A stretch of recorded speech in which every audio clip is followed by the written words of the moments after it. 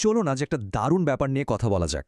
এমন একটা ধারণা যা হয়তো আমাদের জীবন দেখার দৃষ্টিভঙ্গিটাই বদলে দিতে পারে। আমরা জানব কিভাবে আমাদের ভেতরের জগৎ, মানে আমাদের মন, আমাদের বাইরের বাস্তবতাকে গড়ে তোলে। শুরুতেই একটা প্রশ্ন, কখনো কি মনে হয়েছে আমাদের জীবনটা কি আসলেই আমাদের নিজেদের তৈরি, নাকি আমরা শুধু চারপাশের পরিস্থিতির শিকার? এই প্রশ্নটা নিয়েই কিন্তু আজকের পুরো আলোচনাটা এগোবে। ব্যাপারটা আসলে খুবই সহজ, কিন্তু খুব গভীর। আমাদের বাইরের দুনিয়াটা যা আমরা চোখে দেখি বা অনুভব করি, সেটা আসলে আমাদের ভেতরের মানসিক অবস্থারই একটা আয়না। মানে যা কিছু ঘটছে তার আসল কারণটা কিন্তু বাইরে নয়, ভেতরে। দেখুন, রাল্ফ ওয়াল্ডো ট্রাইনের এই কথাটা ঠিক এই ব্যাপারটিকেই তুলে ধরে। এর মানে হলো আমাদের জীবনে যা কিছুই আসছে, ভালো বা মন্দ, তার চুম্বকটা আসলে আমরাই নিজেরাই। জীবনের চালকের আসনে আমরাই বসে আছি। তার মানে কি দাঁড়াচ্ছে? আমাদের মাথায় সারাদিন যা ঘোরে, যা আমরা অনুভব করি আর যা আমরা মনে প্রাণে বিশ্বাস করি, ওইগুলোই কিন্তু আমাদের বাস্তবতাকে গড়ে তোলার আসল কারিগর। এগুলো মোটেই নিষ্ক্রিয় নয়, বরং এগুলোই আসল সৃজনী শক্তি। এখন প্রশ্ন হলো, এই পুরো ব্যাপারটা কিভাবে কাজ করে? এখানেই আসছে আমাদের দুই মনের ধারণা। একটা হলো সচেতন বা কনশিয়াস মাইন্ড, আরেকটা হলো অবচেতন বা সাবকনশিয়াস মাইন্ড। একজনকে যদি পরিচালক ভাবেন, তবে অন্যজন হলো তার সবচেয়ে বিশ্বস্ত কর্মী। আমাদের চেতন মন বা কনশিয়াস মাইন্ড অনেকটা আমাদের বাড়ির দারোয়ানের মতো। সে সবকিছু যুক্তি দিয়ে বিচার করে, প্রশ্ন করে, তর্ক করে, তারপর ঠিক করে কাকে ভেতরে ঢুকতে দেবে আর কাকে দেবে না। এই দুটোর মধ্যে তফাৎটা বেশ মজার। দেখুন, চেতন মন যখন যুক্তি তর্ক নিয়ে ব্যস্ত, অবচেতন মন তখন চুপচাপ সবকিছু মেনে নেয় আর কাজ শুরু করে দেয়। চেতন মন হলো সেই বীজ বাছাই করার মতো, আর অবচেতন মন হলো উর্বর মাটি। আপনি যাই রোপণ করবেন তাই ফলবে, ভালো মন্দ, কোনো বাছবিচার ছাড়াই। আর এই যে অবচেতন মন, সে কিন্তু ভীষণ সৃজনশীল। কিন্তু তার একটাই নিয়ম, সে ভালো মন্দ বিচার করে না, তর্কও করে না। চেতন মন থেকে যাই তার কাছে আসে সেটাকেই সে সত্যি বলে ধরে নেয় আর বাস্তবে আনার জন্য লেগে পড়ে। তাহলে আসল গণ্ডগোলটা কোথায় হয়? হয় তখনই যখন আমাদের ওই দারোয়ান বা চেতন মন একটু অসতর্ক হয়ে যায়, আর সেই খোলা দরজা দিয়ে এমন সব চিন্তা ভেতরে ঢুকে পড়ে যা আমরা আসলে চাই না। কিন্তু আমাদের অবচেতন মন তো বিশ্বস্ত কর্মী, সে ওগুলোকেই সত্যি বানাতে শুরু করে দেয়। একটু ভেবে দেখুন তো, সারাদিন আমরা কত নেগেটিভ কথা শুনি বা বলি।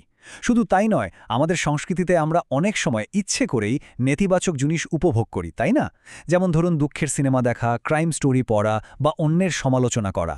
এই সব কিছুই কিন্তু আমাদের অবচেতন মনে একটা আদেশ হিসেবে ঢুকে যায়, আর আমাদের জীবনের গল্পটা সেভাবেই লেখা হতে থাকে।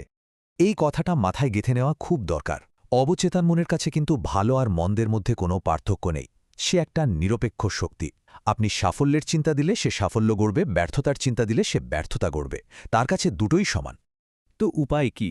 উপায় হলো এবার সচেতনভাবে ওই দরজার প্রহরীর দায়িত্বটা নিজের কাঁধে তুলে নেওয়া। নিজের মনের নিয়ন্ত্রণ এবার নিজের হাতে নিতে হবে, আর বেছে বেছে ঠিক করতে হবে কোন চিন্তাটা ভেতরে যাবে আর কোনটা যাবে না।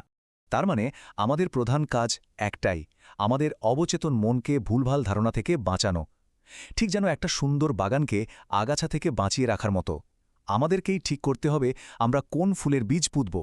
কিন্তু প্রশ্ন হল, এই অবচেতন মনের সাথে কথা বলব কিভাবে? তার ভাষাটা কি? দেখুন, সে কিন্তু যুক্তির ভাষা বোঝে না, সে বোঝে একটাই ভাষা, আর তা হল অনুভূতির ভাষা। নেভিল গডার্ডের এই কথাটা এক কথায় অসাধারণ।